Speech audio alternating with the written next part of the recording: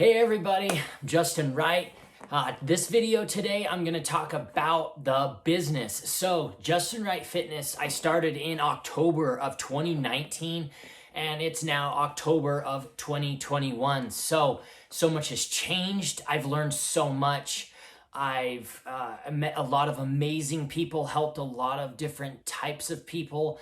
And, I wouldn't change this journey for anything. So this video, I want to talk about kind of where things started and where things are now. So, like I said, October 2019, we closed on my house in Eagle Mountain, Utah. That's where I've been training and working full time as a trainer there. It's been fun. I started this journey actually out in the garage. I'll put up some videos and some things with that, but yeah, I started out training in the garage. I have a 3-car garage, so I took the single and then half of the 2-car garage, and kind of grew it from there. I started out with just a squat rack and a deadlift platform, as well as some dumbbells and a barbell. I remember buying those and having those shipped and getting those to my house was crazy. I was like, oh my gosh, like this is the start. This is the start of what I want to do, start of building my own gym and changing lives of people that give me the opportunity to, and trust in me that, I'm going to help get them to goals or to where they want to be. I added, slowly added different equipment. I remember getting the pulley, as you can kind of see here in my background. I remember being so excited to buy specific things like the battle ropes, like, one of the most not so expensive pieces of equipment, but like, hell yeah, I have my own freaking belt, battle ropes. I remember training and trying to figure out the whole, heating and cooling thing. Like, holy shit, that was way more than I thought was gonna be. I had, when I built the house, I had the builders make the garage insulated. I was like, that'll help, that'll make it not too crazy. I've always grown up, or my parents, that when they built in Draper, they did an insulated garage. So like, I knew that it wasn't as cold as, say, like my friends that I went over to, and their garage, or parents' garage, was so much cooler. So I was like, okay, I'll get that done. I didn't really expect how much the elements would impact it. We picked a west facing home, so in the evening the sun is beating on my evening clients. So I bought a $500 portable air conditioning unit that I put in there, and that helped. But if I'm being honest, it was a struggle. The spring and the fall were the best because it wasn't such a drastic temperature change. The high wasn't so high and the low wasn't so low. In the winter time that year, I struggled. I bought 2 propane radiant heaters, and they heated the gym, but I would have to get up like 2.5 hours before my first client, so that way it would have enough time to heat up, so we didn't freeze our asses off in the dead of January, when it was 10 degrees, if not lower than that, when we would start training. So I can say now that I'm in the basement of my house, I don't miss those days. I miss the outdoor workouts. I miss the high ceilings. I miss the garage, like badass garage gym, like rep you get when you have a gym garage. But like, I don't miss it. With the classes that I'm doing now outside that I started a few months back, I'm kind of wishing that the gym was there when I did these classes, but it's kind of making me build a smaller half gym outside in the garage, specific things that we need to help, maybe expand the size of that class. But I don't regret having the garage gym, and I don't regret moving it into my basement. My basement is so much more functional. It sucks that I don't have the higher ceilings like I did, and the availability to go outside on those nice days and do, really high box jumps or the sled push or stuff like that. But I don't miss it. it's all been a part of the growth. It's all been a part of learning and doing things. I would have to train later at night because the sun wouldn't beat on us in the evenings, and train more in the afternoons, and more on the weekends, so that way I had more time to heat the garage and or cool the garage for that matter. So I didn't really do a whole lot of like prime hour training. I did a lot of off hour training, so super early, middle of the day, and then pretty late at night, which was hard because my two boys' bedrooms was right above the gym in the garage. In the basement, it's awesome. I have 2 floors between us. I live in a 3-story house if you include the basement, middle floor, and then top floor. I like it more now. I can blare that music and really get into the workout. Music is huge for me when it comes to working out. And it's not the same. I could listen to rap one day and then hard rock, and then just like maybe my emotion, how I'm feeling emotionally that day with my music choice. So it's good that I can blare that out now that I'm in the basement. When it comes to kind of shift gears, when it comes to like equipment, there's certain things that I wish I had known then that I know now. Like, first of all, really do your research. Look at reviews. Look at people that have different pieces of equipment, and what works for them may work for you, and what might work for me doesn't for you. But specific things like 100%, if you're going to own a home gym, get a TRX. There's so many exercises for so many different types of fitness levels. From kids to adults to older people that can't walk or do a lot of movement. Those things are really, really important and helpful for them. I really love the ski machine. I actually work out with my neighbor at the high school, and they had them there, and I'd seen them before, but I never actually used one, and that was the first time and place that I did, and I was like, oh my God, I need one of those. Those are another piece of cardio equipment that is very good for all levels, all ages of fitness. So definitely get one of those. Those run about $900 from Rogue. Another thing that I wish I had done, I had bought a lot of my equipment from Titan. Titan is a very good competitor of like Rogue. Their quality is a little bit less than, if I'm being honest. But they're getting better. Definitely since I started in 2019 to their equipment now, their shit has improved a lot. Like their plyo boxes that I'm sitting on right now that I did my box jump videos in and stuff. Their boxes are the best. They're the best quality, the best like type of foam, quality of foam, and it's really light.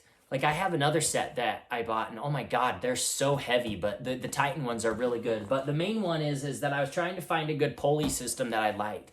So I bought their original pulley system that was kind of cheaper, lower end quality, a terrible waste of money, bad idea. So if you're gonna spend money on something, do it on a pulley system, especially if it's like a home gym for like you and your wife, or if you're gonna train clients out of it, get a good quality pulley. The one that I got, I believe was like $2,500, so it wasn't too expensive, but it's obviously a good chunk of change. So Inspire is the brand of them.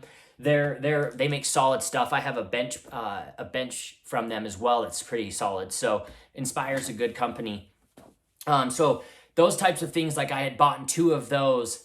I went cheap on some things when it came to barbells, like my very first barbell that I was just so jazzed for, like my first dollar earned. It was now that I've had better quality bars, it was a shit bar. It was about $150, which is a lot for a bar, but it was shitty. It wasn't very good. The bearings for the side, for the rotations of different movements and things just didn't function, wasn't comfortable. The bar is hella thick. So it's just not a comfortable bar. So I would say, $300 to $400 is a barbell bargain. You're going to want to get one like that. It'll give you'll definitely get more out of it. You'll be more happy with your purchase. So if you got to save, a little bit of time to get the higher end bar, do it. Don't go cheap. Weights, holy hell, weights, dumbbells. I didn't realize how much weights would be. I thought a lot of the cost would be in like the equipment, which it is, but the weights is actually where the equipment is. So I have all rubber hex dumbbells. I got them on sale at a local gym Utah Home Fitness. They gave it to me for $1 a pound. If you can find any weight for $1 a pound, kettlebell, dumbbell, plates, anything, buy it, because that's really a good deal. Things you don't need is all the fancy equipment, fancy this, fancy that. Like I said, I have the TRX. I've had that since the beginning. The pulley, I've upgraded that a while back. I've always had my Air Runner, which is a fun self-propelled treadmill. That's amazing. I've addition to adding some boxing and things like that. Then of course I've always had my 2 TVs.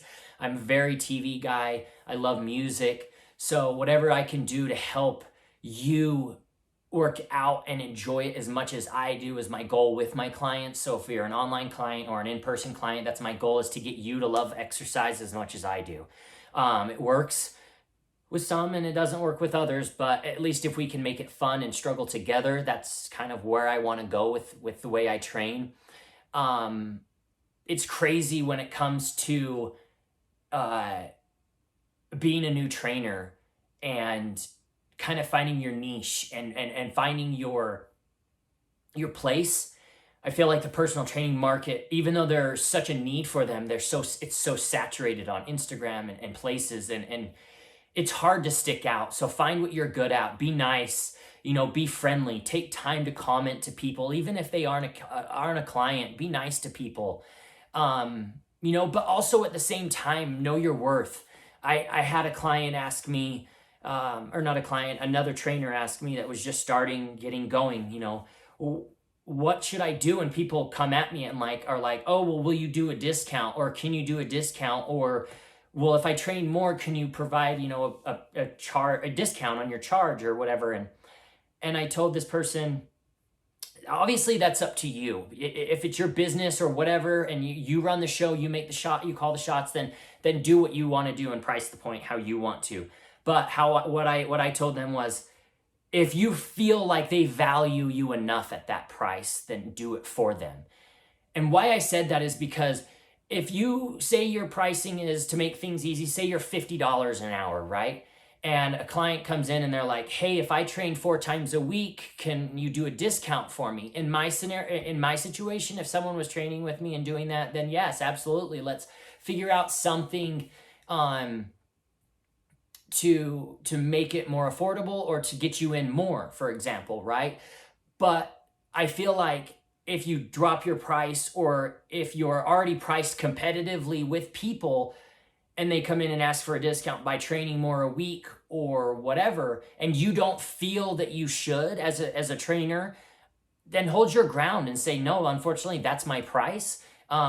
I am that price, and give them reasons why. Don't just say, hey, I'm $40 an hour for this, that's just what I am, and kind of be arrogant, you could say, about it. Be like, cause this is what I do, You'll see as we start to train how much I do for you, how much, excitement I get for you, how much of a cheerleader I am, and how much, this and this and this that I do for you. So build them up when telling them, hey, this is what I'm gonna do for you in exchange for, that rate. That's why I feel I'm worth that much. So never forget your worth, and never let anybody tell you what your worth is. You only know that, and you always need to stand behind that. So when you find and go to, open your career or start your training business, know what your worth is and be firm with it. And it will sell itself, especially if you're doing the things that you say you're going to do to make that price worth it for them and for you. You'll find that's you'll be good at that. Keep that up. That's what you need to stick to. And also let them know that you're not available to every drop of the hat. When I first started training, and I'll say this, and then we can end this one today. When I first started training, I trained at every hour I trained and took every single client just to build clientele. I don't regret that decision at all. It helped me really decide when I want to train, when I like to train, and when I don't want to train. And be firm with that. It's not like if you have an 8-to-5 job now, people need to understand that those are your hours, that you're either available or you're not available, right? So if a client comes and says, okay, yeah, I want to train at 8 p.m., even though you want to be done at 6, tell them, hey, well, maybe there's a different day, or are you a little more flexible, maybe in the mornings or something like that. Don't open up your schedule to do everybody, or you'll train at such crazy hours that it will feel like you never have a break, or that you're becoming so busy that you don't have, a structure in your schedule. Because it's just as important for you to do that as it is for the client. It's crazy how this all can grow if you put your energies in the right way. So believe in yourself, believe in what you're doing is good, and really fine tune those things. Keep educating yourself. Keep up on the latest things that are going around, on workouts. Keep changing and being innovative with things. Make the workouts fun. Make the workouts interesting and easy for everybody to do, or, understandable for everybody to do. And never forget that they're coming to you to help them change their life. That's a pretty cool thing, if you ask me. As a trainer myself, that's the coolest part about my job. I love seeing the happiness of my clients. I loved having them say, hey, this workout was great. It was hard, but thanks for pushing me and believing in me. That's crazy. That changes you, and that changes the person that you're with. So know how important that your job is, that someone is seeking you to make a better life for themselves, and how rewarding that is in full circle. All right, guys, I'll catch you later. Thanks for listening. Drop a like, leave a comment. Always stay moving. See ya.